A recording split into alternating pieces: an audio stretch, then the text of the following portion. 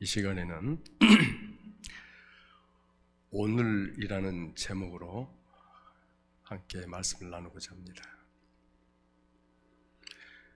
하나님께서 우리에게 주신 시간을 어제, 오늘, 그리고 내일이라고 말합니다. 어제는 이미 지나간 과거가 됐습니다. 다시는 돌아갈 수 없고 다시는 가질 수 없는 시간입니다. 내일은 미래인데 하나님께서 우리에게 내일을 주실지 안 주실지 우리는 모릅니다. 우리의 생명은 하나님 것이기 때문에 하나님만이 아십니다. 그러므로 내 생명이 있는 이 시간, 내가 존재하는 이 시간, 즉 오늘이 우리 인생에 있어서 가장 중요한 시간입니다. 그래서 이것을 깊이 우리는 깨닫고 오늘 하루를 최선을 다해서 살아가야만 합니다. 그래서 우리가 잘 아는 스피노자는 네덜란드의 철학자죠. 내일 세상의 종말이 온다 해도 오늘 나는 한 그루 사과나무를 심겠다라고 이렇게 말했습니다. 오늘 최선을 다하겠다는 얘기죠. 우리가 잘 아는 중국의 공자는 이렇게 말합니다. 아침에 도를 깨달으면 인생이 일단 모든 것이죠. 깨달으면 저녁에 죽어도 좋다, 이렇게 말했습니다. 오늘 하루를 인생 전체로 보는 것이죠. 우리 삶의 모두로 보았습니다. 이 공자는 하루를. 또 하우프트만이라는 독일의 문학가, 노벨 문학상을 받았는데요. 하우프트만, 이 사람은 하루하루를 내 인생의 첫날이자 마지막 날처럼 살아라, 이렇게 말했습니다. 이분들은 오늘날 위대한 사람으로 남아 있습니다. 이분들은 우리 인생을, 우리의 삶을 깊이 고뇌한 가운데서 이러한 답을 낸 것입니다. 이런 마음 자세로 우리가 지금 살 것 같으면은 이 세상에서 무슨 일을 하든지 반드시 성공할 거라고 저는 믿습니다. 확신합니다. 오늘 본문은 우리 그리스도인들이 오늘 하루를 어떻게 살아야 할 것인지, 어떻게 보내야 될 것인지에 대해서 말씀하고 있습니다. 오늘 하루가 얼마나 중요한지에 대해서 이해를 하려면은 오늘 본문의 배경이 되고 있는 초대교회 시대를 우리가 알 필요가 있습니다. 순서가 바뀌었는데요. 본문을 짧으니까 다시 보겠습니다. 히브리서 3장 12절 13절을 우리 같이 봉독합니다. 시작. 형제들아, 너희는 삼가 혹 너희 중에 누가 믿지 아니하는 악한 마음을 품고 살아계신 하나님에게서 떨어질까 조심할 것이요, 오직 오늘이라 일컫는 동안에 매일 피차 권면하여 너희 중에 누구든지 죄의 유혹으로 완고하게 되지 않도록 하라. 이게 오늘 본문입니다.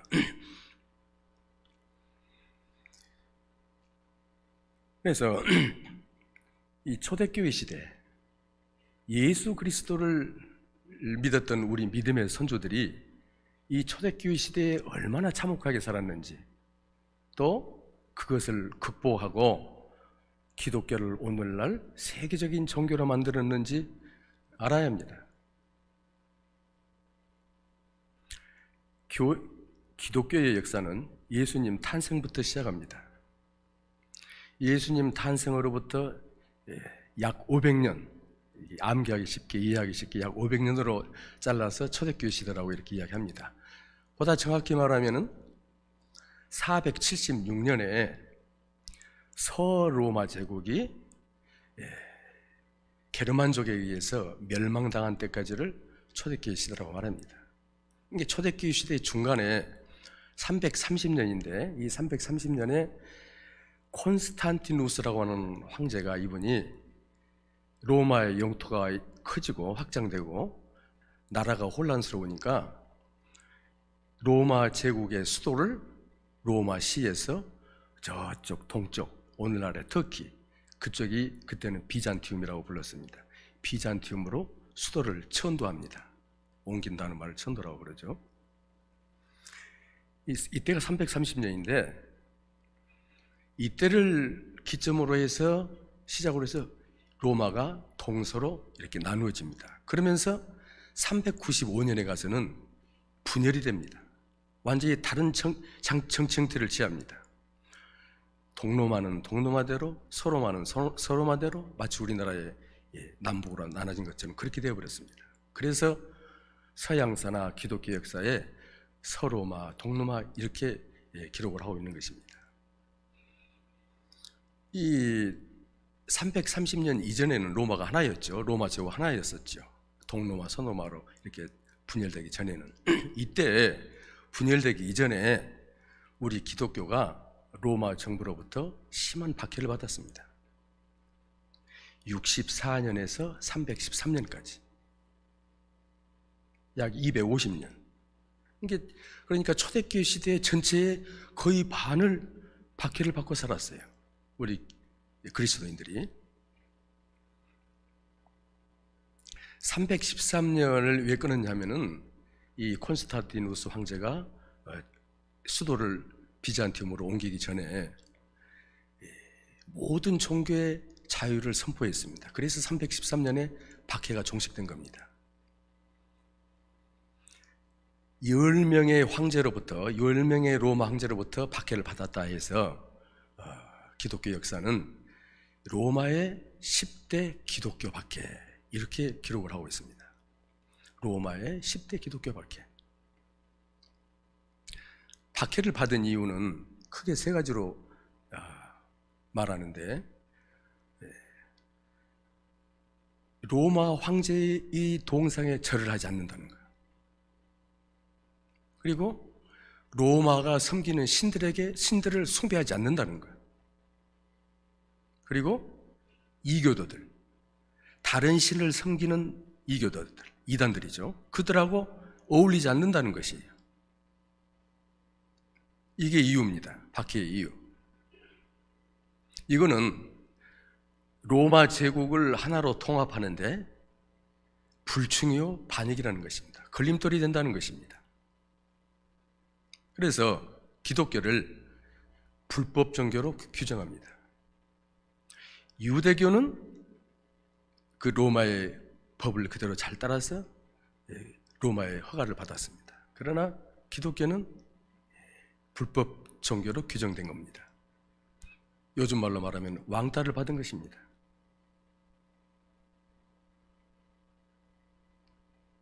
그래서 박해가 시작이 되는데 64년도에 이제 박해가 시작이 되는데 그때 황제가 누구냐 하면 우리의 귀에 익은 네로입니다. 네로.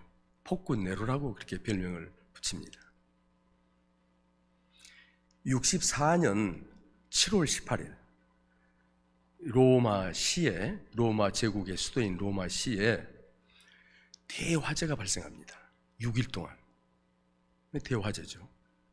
이 화재로 말미암아서 로마시의 절반이 잿더미가 됩니다.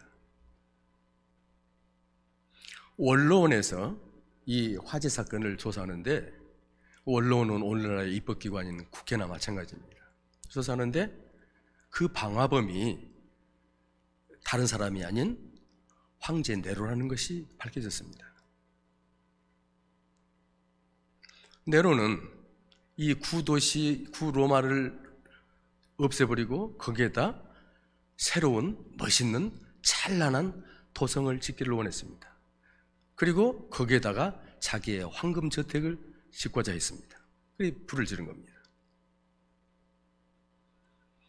이제 감히 황제에게 죄를 추궁할 수가 없습니다. 그래서 소문만 돕니다. 소문이 네로의 귀에 들어가자 네로는 자기의 책임을 면하기 위해서 자기의 책임을 대신할, 책임을 전가시킬 희생양을 찾았는데 바로 그게 그리스도인들입니다. 그리스도인들이 앙심을 품고 불을 질렀다, 이겁니다. 그래서 로마시에 거주하는 그리스도인들을 모조리 잡아다가 죽이기 시작합니다. 콜로세움이라고 하는 원형 경기장, 지금은 이태리의 한 작은 도시가 되어 있는 흔적이 남아있는 로마, 이태리의 로마, 거기 가면은 지금도 그 콜로세움이라고 하는 원형 경기장의 형태를 볼 수가 있습니다. 그 원형 경기장에 그리스도인들을 집단으로 모아놓고 맹견을 풀어서, 사나운 개들을 풀어서 물어 죽게 합니다. 사자를 풀어서 사자의 먹이가 되게 합니다. 십자가에 매달아서 못으로 박아 죽입니다. 기둥에 묶어서 그 몸에 기름을 발라서 불태워 죽입니다. 얼마나 잔인합니까? 이때 순교하신 분들 중에 예수님의 수제자인 베드로가 있습니다. 그리고 최고의 전도자인 사도 바울이 포함되어 있었습니다. 로마에 머물러 있었던 것이죠, 그분들이.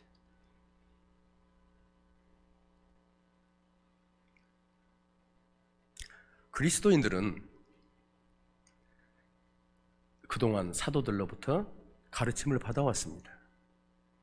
예수님이 재림하실 때 되면은 적그리스도가 등장한다, 그 적그리스도가 우리를 괴롭힐 것이다, 이런 가르침을 받아왔습니다. 그래서 그리스도인들은 네로가 바로 적그리스도다, 그렇게 단정을 하고 순수히 순교의 길을 택했습니다. 그런데 어느 대부분의 공동체가 그러듯이 알곡이 있으면 그 속에 가라지가 있습니다. 유대교에서 기독교로 개종한 이 사람들이 자기들의 목숨을 건지기 위해서 다시 유대교로 돌아가는 사람들이 있는가 하면 이럴까 저럴까 망설이는 사람들이 있었습니다. 이때 네로의 박해 기간 중에 기록한 성경이 바로 히브리서입니다. 오늘 본문에 예수 그리스도는 구약의 어느 선지자나 어느 제사장보다도 위대하신 분이다. 우리가 구원을 받으려면 오직 예수 그리스도를 믿어야 되고 그분께 순종해야 된다, 이렇게 설교식으로 기록한 서신이 히브리서입니다.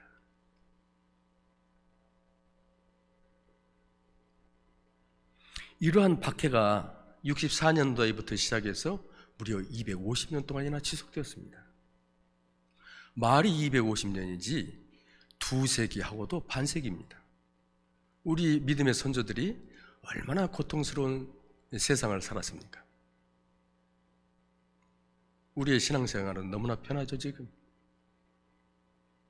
이런 초대교회 시대의 이런 고통들, 이런 잔혹한 이런 사건들을 우리가 모르기 때문에 우리가 신앙생활을 아주 쉽게 생각하고 편하게 신앙생활을 하고 있습니다.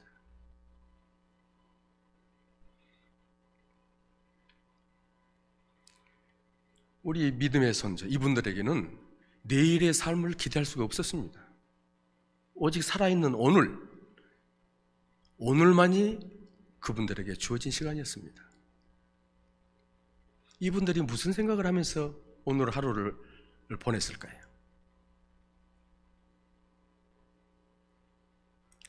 이러한 모든 상황을 지켜본 히브리서 기자는 오늘 본문과 같이 고민하고 있습니다. 우리에게 주어진 오늘이라는 시간을 어떻게 보내야 될 것인지, 어떻게 살아야 할 것인지 이것을 고민하고 있습니다.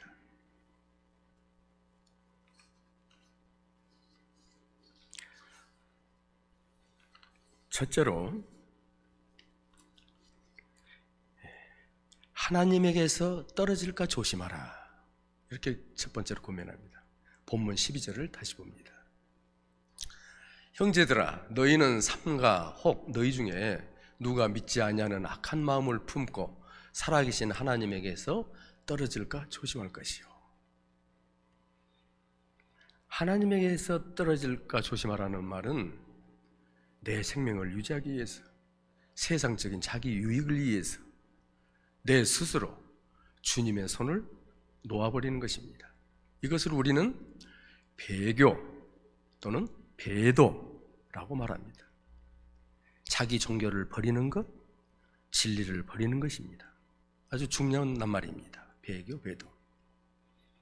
오늘이라는 시간 속에서 한순간 방심하면 우리는 사단의 유혹에 넘어가기 쉽습니다.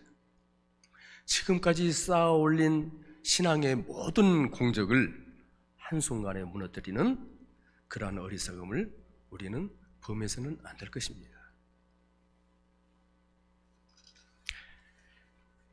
베드로 사도가 말씀합니다. 베드로 후서 3장 13절 17절을 봅니다.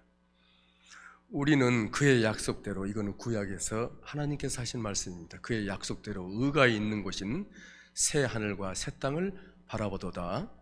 그러므로 사랑하는 자들아, 너희가 이것을 미리 알았은즉 무법한 자, 신약시대의 초대교회 시대의 거짓교사들을 얘기합니다. 무법한 자들의 미혹에 이끌려 너희가 굳센 데서 떨어질까 삼가라 라고 베드로 사도가 얘기합니다. 두 번째로는 피차 권면하라 라고 말씀합니다. 13절을 봅니다.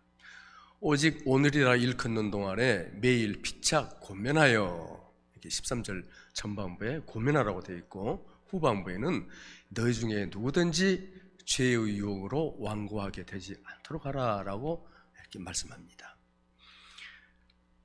권면하라. 무엇을 권면합니까? 우리의 신앙이 약해지지 않도록 위로하고 격려해야 됩니다. 그리고 중요한 것은 끝까지 견디는 자가 승리합니다 라고 고민해야 됩니다. 마태복음 24장 9절에서 13절까지 예수님께서 말씀하십니다.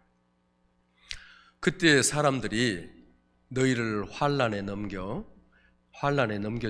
주겠으며 너희를 죽이리니 너희가 내 이름 때문에 모든 민족에게 미움을 받으리라. 그때 많은 사람이 실족하게 되어 서로 잡아 넘긴다 이 말이에요. 적그리스도에게 잡아 넘긴다 이 말이에요.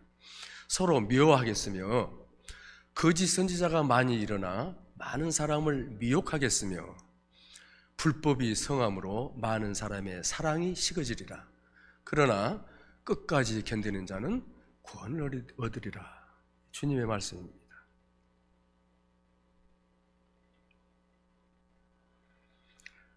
셋째로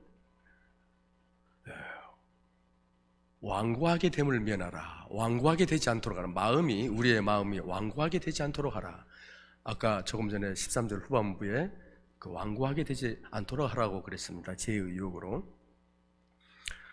완고하다, 마음이 완고하다라는 말은 강팍하다, 마음이 굳어지다, 이런 뜻입니다.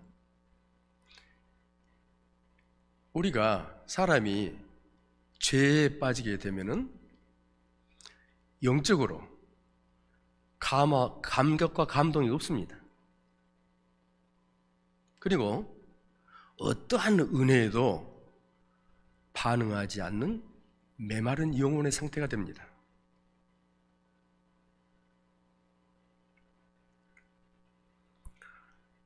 죄는 사람들에게 좋은 것, 유익한 것, 즐겁고 기쁜 것, 이런 것을 줄 것처럼 다가옵니다. 그러나 그것은 일시적입니다. 결과적으로 고통과 슬픔과 파탄을 가져옵니다. 죄는 속이는 자입니다. 죄라고 하는 것은 다른 말로 말하면 속이는 자.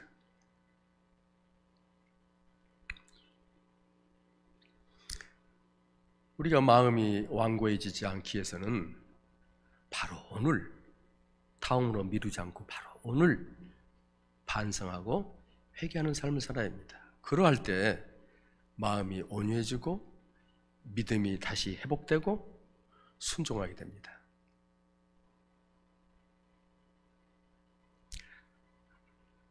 사랑하는 성도 여러분, 우리가 어떤 시대에 지금 살고 있습니까? 불신과 죄악으로 가득 차 있는 시대에 살고 있습니다. 그렇지만 우리 그리스도인들은 하나님에게서 떨어질까 조심하고 염려하고 서로 권면하고 마음이 완고해지지 않도록 자신을 점검하면서 오늘 하루를 또 내일은 또 오늘이 되는 것이죠. 그 다음 날도 또 오늘이 되는 것이에요. 매일매일을 승리하는 삶으로 이끄시는 저와 여러분이 되시기를 예수님의 이름으로 축원드립니다. 기도하겠습니다. 하나님 아버지, 감사합니다.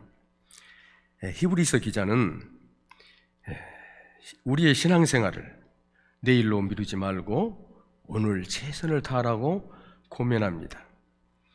예수를 믿는 이유 하나 때문에 생명을 바친 수많은 믿음의 선조들 덕분에 오늘날 기독교가 진리의 종교로 온 세상 한가운데 우뚝 서 있습니다. 내가 크리스찬임을 감사하며 어떠한 상황 속에서도 배도하지 않는 그러한 삶을 살아갈 수 있도록 저희들을 인도하여 주시기를 간절히 기도하옵나이다. 예수님의 이름으로 감사드리며 기도드리옵나이다. 아멘.